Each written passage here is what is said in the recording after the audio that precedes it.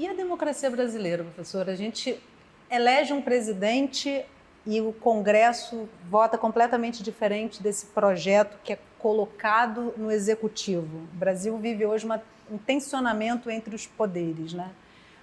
Como é que se resolve isso? Existe a possibilidade de democracia na conjuntura que a gente tem, sem uma ruptura com algumas máximas que estão colocadas na democracia brasileira? Não, a gente nunca teve uma democracia. É só uma ilusão imaginar que o Brasil conseguiu criar algum tipo de normalidade democrática. Isso absolutamente nunca existiu, né? A começar que a democracia que a gente conseguiu construir era uma democracia geograficamente localizada. Ela existe em certas áreas e não existe em outras. Ela existe na zona sul do Rio, ela não vai existir na periferia, na Baixada ela não existe mais, porque você não tem garantia de integridade física, você não tem garantia que a polícia não vai chegar e arrebentar tudo que você tem, certo? Você não tem nenhuma... Você percebe? Essa foi a democracia que a gente criou. Em cima da escravização de pessoas também, eu acho que é importante em cima da vulnerabilização isso, né? de populações enormes, né? Que continuavam essa história, que a história...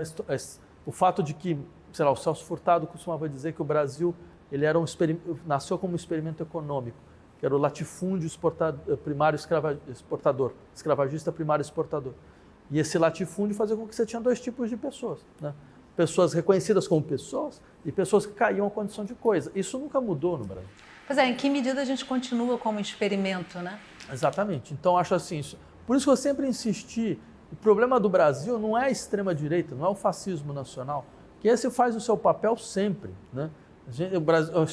Um eixo fundamental da história do Brasil é o fascismo nacional. E isso é um termo preciso e analítico. Existe uma história do fascismo brasileiro.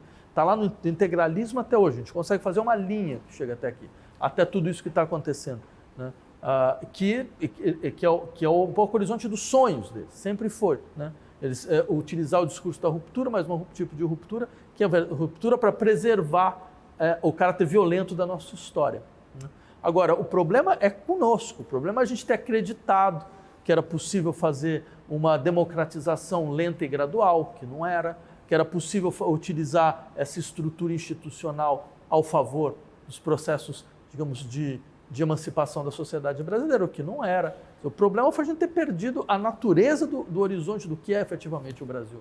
Todo mundo sempre soube, né, que assim, o que é um congresso, o que é o Congresso brasileiro? É uma caixa de ressonância de interesses das oligarquias locais, né? Sempre foi isso, nunca mudou. É um congresso que você tem famílias de 15 mandatos, né? Sei lá, você tem um Bonifácio Andrada, né? O sujeito que é uma família que vem desde o Império. Você tem um deputado até hoje. As oligarquias são oligarquias, exatamente. Você tem uma capacidade de preservação. É impressionante. Exato. Então, assim... A meritocracia nasce daí, né? Em que momento a gente achou que era possível negociar com esse Congresso? Isso eu queria entender, eu perdi essa parte da história. Esse capítulo eu não entendi. E todas as vezes que se tentou avançar nesse sentido, a gente viu um golpe acontecer. Porque não tem né? avanço, nesse sentido não tem avanço. O avanço é outro.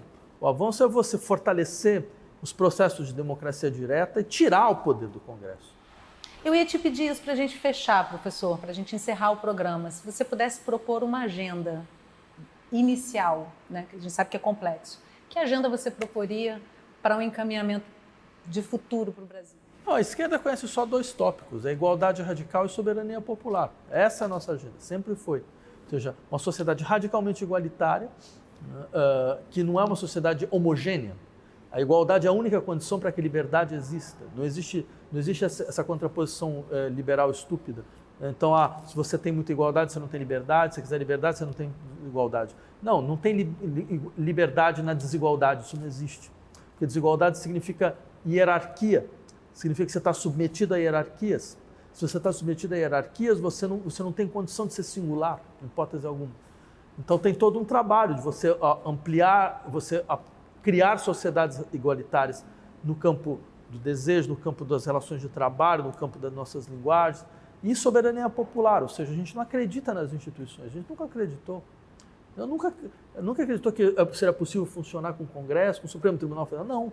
A gente sempre achou que era necessário fazer o poder voltar à sua base popular, voltar às capacidades de deliberação das populações. Isso não ocorreu.